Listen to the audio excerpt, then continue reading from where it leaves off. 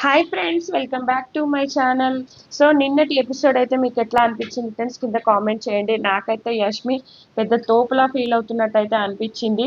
పాపం సీత అలాగే నిఖిల్ సోనియా మధ్య జరుగుతున్న కథ ఏంటి అనేది ఈ వీడియోలో అయితే క్లియర్గా తెలుసుకుందామండి. నాకైతే యష్మి ఏదో పెద్ద తనే ఆడి గెలిచినట్టుగా బిల్డప్ ఇస్తుంది. అసలు తను ఎలా చీఫ్ అయిందో మర్చిపోయింది. తను ఎలా చీఫ్ అయిందండి? నిఖిల్ అండ్ నైనిక కలిసి ఎంపిక చేస్తే తను చీఫ్ అయింది. ఆ విషయమే మర్చిపోయింది. నేను లక్కుతో నాయన అన్నట్టుగా చెప్పింది కూడా ఆ రోజు కూడా పెద్ద ఆర్గ్యుమెంట్స్ అయ్యాయి. అవన్నీ మర్చిపోయింది.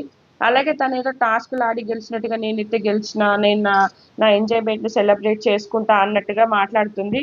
అలాగే బిగ్ బాస్ వాళ్ళకైతే కొన్ని అధికారాలు అయితే ఇచ్చారు. ఏంటంటే కెరటాలు వీళ్ళ టీంలకైతే మీరు పని చేయించుకోవచ్చు, మీరైతే ఏం పని చేయొద్దు అని చెప్పగానే ఒకటే టీంకి అన్ని పనులు రాసింది. నిఖిల్ టీంకి ఒక్క పని మాత్రమే రాసింది. అది ఎంతవరకు కరెక్ట్ అండి? అంటే లాజికల్గా ఆలోచించలేకపోతుందా? అంటే ఏమనుకుంటారని కూడా ఆలోచించకుండా తనకు నచ్చినట్టుగా చేసేస్తుంది. సో వాళ్ళు ఎంత పని చేయాలంటే కావాలని పనులు తీసుకొచ్చి, ప్రేరణ అయితే గొడుగు తీసుకొచ్చి పాడేస్తుంది. సో ఇదైతే నాకు అస్సలు నచ్చలేదు.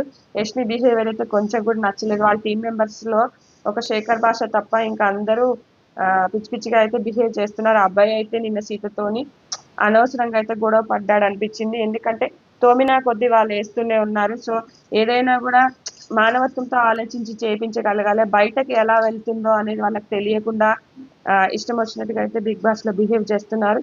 చూడాలి ఫ్రెండ్స్, ముందు ముందు ఇంకా ఈ టాస్క్ ఇవన్నీ ఎలా ఉంటుందో. సో నాకైతే యష్మి బిహేవియర్ వాళ్ళ టీం మెంబర్స్ది అయితే నాకు అస్సలు నచ్చలేదు. నాకు నచ్చింది మాత్రమే చెప్పేస్తున్నాను ఫ్రెండ్స్. ఇంకా నిఖిల్ సోనియా మధ్యలో కథ ఏంటి అనేది ఇంక ముందు ముందు తెలుసుకోవాలి. ఇంకా వాళ్ళ మధ్యలో ర్యాప్ అయితే క్రియేట్ అవుతా ఉంది. సో సోనియా అయితే అవాయిడ్ చేసినట్టు అనిపించింది నేటి ఎపిసోడ్. నేనైతే షార్ట్ అండ్ స్వీట్గా చెప్తున్నాను ఫ్రెండ్స్. ఇది ఫ్రెండ్స్, ఈ వీడియో నచ్చితే కనుక లైక్ చేయండి, షేర్ చేయండి. Thank you friends, thank you for watching. అలాగే మీకు యష్మి బిహేవియర్ ఏమనిపించిందని కింద కామెంట్ చేయండి ఫ్రెండ్స్. Bye bye.